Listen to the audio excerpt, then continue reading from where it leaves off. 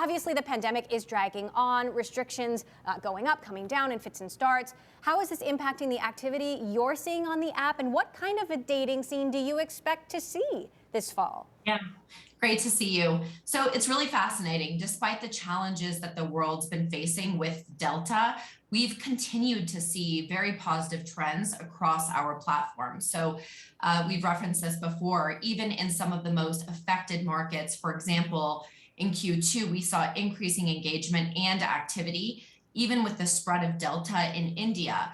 And the Bumble app monthly active users grew at over 60% year over year in that market during that time. So that just suggests that as loneliness climbs, as people go through devastating chapters, the need to connect and the need to find relationships does not disappear. The demand stays.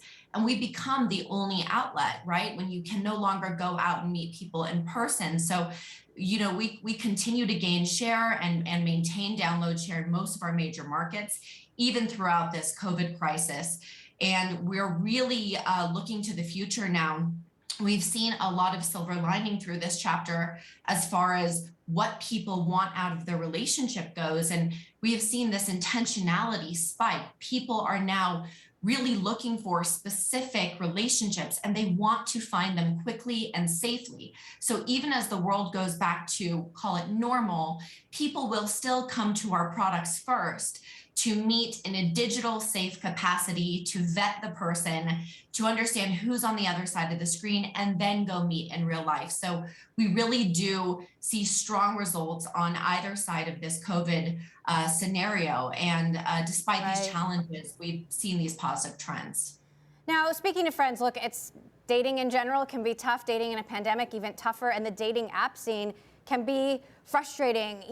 Some people, they see the same guys on different apps. They're tired of making the first move and the conversation fizzling or not getting a response at all. What do you have to say to the people who are wondering, why should I pay for Bumble if I'm not having luck?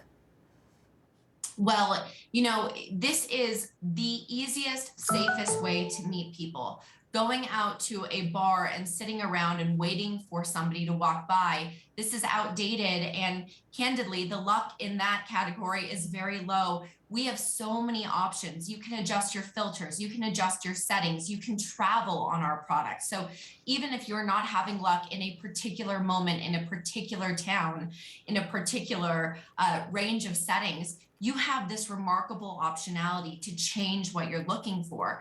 And so we've heard of countless stories of someone who hasn't found what they're looking for. Then they go into their intentional features and they say, I want someone of this religion. I want someone that's only looking for something serious. And I want someone that is, only a social drinker and doesn't want something in the future. They can be so particular about what they're looking for. And then boom, that person they're looking for falls into their lap. And you don't have that option in real life. You cannot customize the person you want to meet out in the real world. And so technology and Bumble and our products give you this incredible opportunity to take control of what you are looking for and to find it.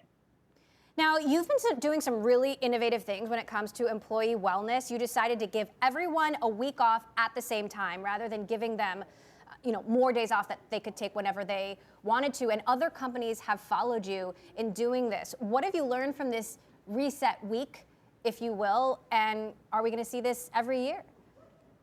Yes, absolutely. So we decided to give everybody the week off together so that there was no anxiety about feeling like you're not responding to somebody, or that when you come back, you're buried under a week's worth of work that you've missed amongst your team.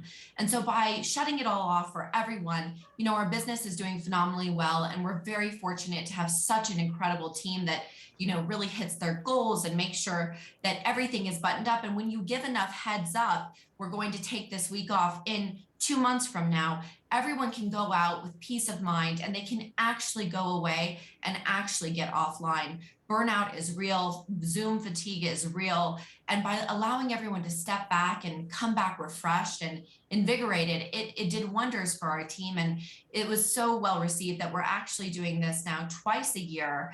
And so there will be 2 weeks every single year that the whole company goes off. And for the naysayers out there wondering, how do you keep the lights on? we're a very sophisticated team. We plan ahead, and this is how you keep the lights on, by keeping your team feeling well and keeping them healthy, both mentally and physically.